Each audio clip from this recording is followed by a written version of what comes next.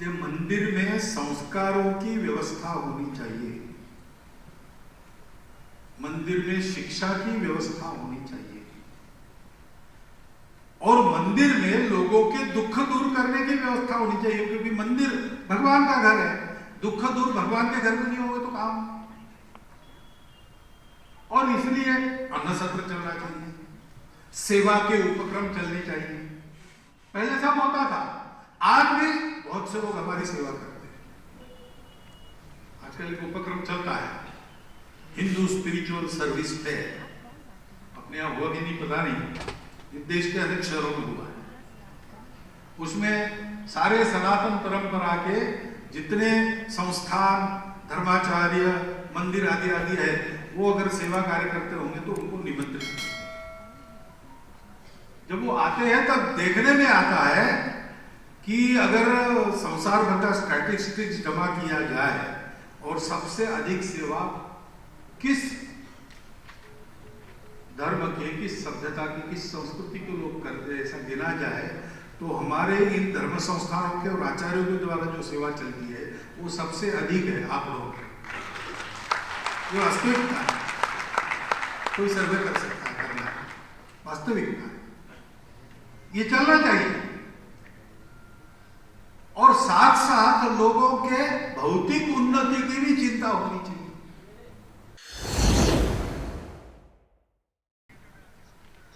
यह हमारे भारत देश की सनातन काल से चलती आई हुई समान मान्यता है।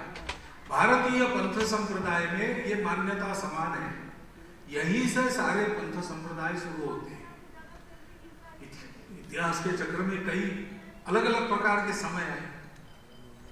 कभी हम गिरे, कभी दूसरों ने धक्का मारकर हमको गिराया, लेकिन हर बार हम गिर गए तो हमारा जीवन न गिर जाए, वो उसी सनातन मूल्यों पर फिर से खड़ा हो जाए। इसलिए देश काल परिस्थिति अनुरूप अलग अलग पंथ संप्रदाय हमारे यहाँ चले। विविधता को मान्यता ही है, विविधता को हम स्वीकार करते, आदर करते। इसलिए पंथ संप्रदाय अलग होने से कुछ नहीं बिगड़ता, जीवन का हमारा तरीका ही है। परम लक्ष्य एकता का अनुभव करना, उसके लिए जीना, उसके लिए त्याग, संयम, सदाचार पूर्वक परोपकार करते हुए जीना, यह लोक में भी ठीक रहना, परलोक को भी ठीक करना। इसलिए भौतिक बातों की भी दो पुरुषार्थ है हमारे, जो शुद्ध भौतिक है, अर्थ और काम, उसकी मान्यता है। और एक पुरुषार्थ है वो इस जगत के परे का है, मोक्ष। तीनों को साथ चलाने वाला है धर्म। तो हमारे मंदिर, हमारे गुरुद्वारे, हमारे विहार, हमारे देरासर, हमारे स्थानक, ये सब कुछ, हमारे आचार्य यतिवेश धारण करते विचरण करने वाले सारी दुनिया में आजकल जाते हैं। ऐसे हमारे सब पंथ संप्रदायों के आचार्य ये क्या करते हैं, ये समाज में ये तीनों साथ चले, उसके चलते सृष्टि संपन्न हो, और सृष्टि संपन्न होने से एक दिन सब जगत में परमेष्टि का साक्षात्कार सबको हो सकता है। ऐसा जीवन तैयार करने में वो प्रयास करता है। मैं अपने चित्त शुद्धि के लिए प्रयास करूं और बाहर का परिवेश चित्त शुद्धि के लिए अनुकूल नहीं रहे। मैं बहुत शांति में साधना करना चाहता हूं, लेकिन बाहर सर्वत्र दंगे हो रहे, मारपीट हो रही, तो मैं शांति से कैसे बैठ सकता हूं? मुझे या तो वो स्थान छोड़कर और कहीं जाना होगा, या वहां शांति रहे इसका प्रयास करना पड़ेगा। और इसलिए अपनी मुक्ति, केवल मेरे अकेले की मुक्ति संभव नहीं, सबकी मुक्ति, यही मुक्त का ध्येय होता है। इसलिए हम जानते हैं कई संत महात्मा पहुंच गए वहां पर, उनको भी इस दुनिया से लेना देना कुछ नहीं, ब्रह्म सत्यम जगत मिथ्या, मिथ्या जगत से उनको क्या लेना है।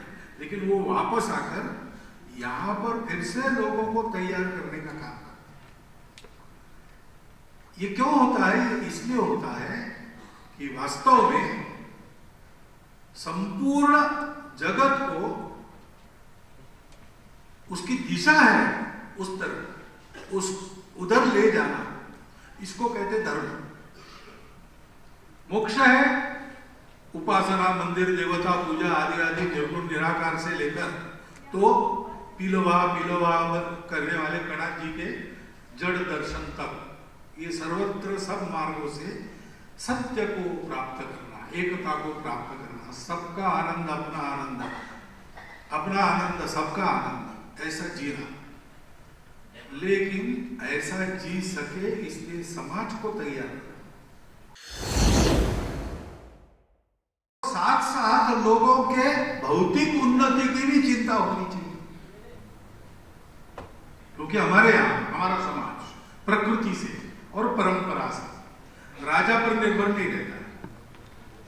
राजा का काम होता है, राजा अपना काम करता है, राजा ने अपना काम ठीक करना चाहिए, इसको समाज को देखना पड़ता है। जैसे प्रजातंत्र की पद्धति है, प्रतिनिधि हमारे हम चुन के देते हैं, वो देश को चलाते हैं, हम उनको देकर सो नहीं जाते, हम देखते रहते वो क्या करते क्या नहीं करते, और जो अच्छा करते हैं उसका फल, और अगर कभी गड़बड़ करते तो उसका भी फल उनको चुनाव में मिलने लगा है आजकल भारत। वो समाज है नियंता, इसलिए उस समाज को योग्य बनाए रखना, योग्य बनाने के लिए सक्षम बनाए रखना, वो दुर्बल न हो, उसमें अभाव न हो, उसमें उपेक्षा न हो, वो समाज एक रहे। दुर्भाग्य में से ऐसी रूढ़ी पूरी किया है जो हमको बांटती है। क्यों ये करना? ठीक है, हो गया हो गया, अब तो हम सबको जोड़ सकते हैं। राम तो घट में जड़ चेतन चराचर सृष्टि में भगवान ही है और कुछ नहीं है, ऐसी हमारी मान्यता है। आज देश विदेश की सनातन परंपरा के मंदिरों को यहां पर एकत्रित प्रतिनिधि स्वरूप में क्यों न हो, लेकिन 700 के ऊपर ऐसे धर्म स्थानों का एकत्रीकरण यहां देखकर मुझे बहुत आनंद हो रहा है, क्योंकि इसके आधार पर समाज को जोड़ने वाला, समाज को ऊपर उठाने वाला, समाज को बिखरने न देने वाला, और इसके संगठित समाज के द्वारा राष्ट्र को परम वैभव संपन्न बनाने वाला। और कौन सा राष्ट्र? हमारा राष्ट्र जो सारी दुनिया को अपना कुटुंब मानकर सारी दुनिया को सुख शांति का मार्ग देने में आज सक्षम है, उस राष्ट्र को उन्नत करने वाला, धर्म समाज को देने वाला ये मंदिर का उपक्रम, ये अगर इसको फिर से पुनर्प्रतिष्ठित करना है उसी रूप में, तो संगठित सामर्थ्य की आवश्यकता है, और संगठित सामर्थ्य का पहला कदम है कनेक्ट। यानी अब हम आ गए 700 750 लोग यहाँ आ गए, आगे हमको एक बात करनी चाहिए, कैसी योजना बनेगी, उस योजना के अनुसार अपने अपने मन से नहीं चलना, एक योजना बनेगी, वो आपके पास आएगी, उसके अनुसार अपने अपने क्षेत्र में उसको सफल बनाना। पहली बात है सर्वे करना, कहां कहां मंदिर, गली में छोटा सा भी मंदिर हो, सबकी सूची अपने पास चाहिए। दूसरी बात, इन मंदिरों में रोज पूजा हो, मंदिर की स्वच्छता की चिंता हो, मंदिर बस्ती से या गांव से जुड़े, इसके लिए जो करना है वो वहां कैसे कर सकते हैं? सब लोग नहीं कर सकते। छोटे मंदिर क्या करेंगे? गली गुचे में बसे मंदिरों का कुछ नहीं होता है, उनका तो रजिस्ट्रेशन भी नहीं, कमेटी भी नहीं। जो मंदिर की कमेटियां हम जो चाहते वो करने में स्वतंत्र है, वो कर लेगी, लेकिन कई जगह सरकारी नियंत्रण में मंदिर है, उनको तो वहां की सरकार की मर्जी से चलना पड़ता है, वो एकदम कैसा कर सकेंगे? नहीं कर सकेंगे। तो हमको ये देखना पड़ेगा कि हमारा संगठित बल इन सबको साधन धन से परिपूर्ण करे।